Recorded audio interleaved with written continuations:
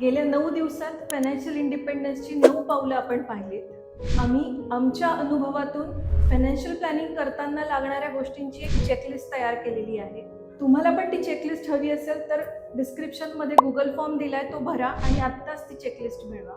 Financial planning करताना तुमचे financial goals कसे ठरवायचे, त्याची फ्युचर कॉस्ट किती आहे, त्याच्यासाठी कोणत्या प्रकारचं इन्व्हेस्टमेंट इन्शुरन्स निवडायचं आणि तुमची इन्व्हेस्टमेंट डायव्हर्सिफाय कशी करायची, तुम्हाला कोणत्या प्रकारच्या इन्शुरन्सची गरज आहे, इन्शुरन्स अमाऊंट किती घ्यायची, कोणतं इन्शुरन्स प्रॉडक्ट घ्यायचं, वेळेला ह्या इन्शुरन्सचा उपयोग होईल का, होम लोन किती वर्षासाठी घ्यायचं आणि किती घ्यायचं, होम लोन जास्त घेण्यापेक्षा आपली इन्व्हेस्टमेंट आहे त्यातून काही पैसे विड्रॉ करून होम लोन कमी करता येईल का. फायनान्शियल प्लॅनिंग करताना असे कित्येक प्रश्न तुम्हाला पडू शकतात. ह्या सर्व प्रश्नांची उत्तर मिळवण्यासाठी आजच कॉल करा आणि फ्री कन्सल्टेशन मिळवा.